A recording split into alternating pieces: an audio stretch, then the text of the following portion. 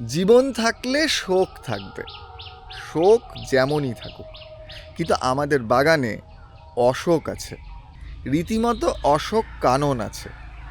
একসাথে পাঁচটা অশোক গাছ, এবং সেই অশোক তলে অসংখ্য ছানাপোনারাও আছে। মানে মা অশোক আর ছা অশোকদের নিয়ে আমাদের মোটামুটি 3-4 কাঠায় একটা অশোক কানন আছে। অশোকের তো অনেক গুণ। অশোকের ছাল বিভিন্ন কাজে লাগে, ভেষজ গুণ সম্পন্ন। অশোকের ফুল খাওয়া যায়, সে ফুল পুজোয় লাগে।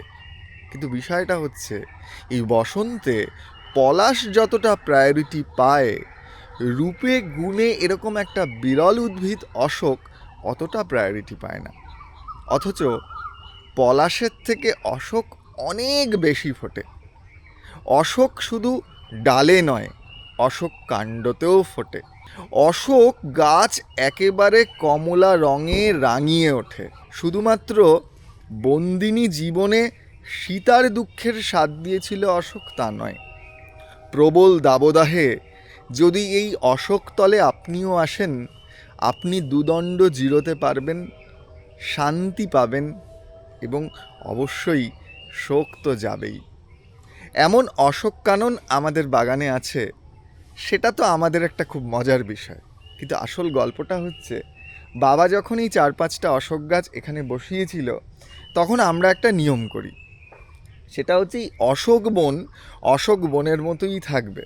কিছুদিন পর দেখা যায় অশোক বড় হওয়ার পরে তার বীজ পড়ে নিচে অসংখ্য অশোকের চারা হয়, এবং আমরা ঠিক করি ওটা রীতিমতো অশোক কাননের মতোই থাক। ওই চারাগুলো যেভাবেই হোক, হয়তো মায়ের ছায়েরা বেড়ে উঠবে না, তবু অশোকের চারাটা থাক, ফলে নিচে জঙ্গল হবে না। এখন ওপরে মা অশোক, নিচে ছা অশোক, নিয়ে আমাদের অশোক কানন।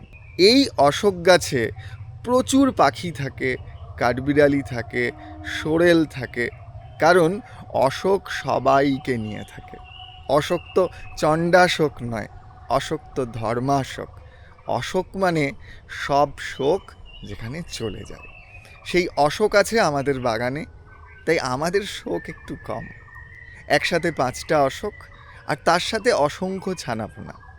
অশোক মানে ভীষণ সুন্দর একটা স্নিগ্ধ কমলা রং। অশোক মানে তার পাপড়ি পরে রীতিমতো কার্পেটের মতো বিছিয়ে থাকা। অশোক মানে তার অসংখ্য চারা, মা ও ছায়ের সহাবস্থান। অশোক মানে অশেষ ভেষজ গুণ, আর অশোক মানে অনেক প্রাণীর সহাবস্থান। তাই অশোক ও আমরা একসাথে এক বাগানে দিব্যি আছি। সবাই ভালো থাকবেন। Good morning. অশোক ছায়াতল থেকে একটা পায়চারির এপিসোড কেমন লাগলো সবাই জানাবেন। ভালো লাগলে পাশে থাকবেন।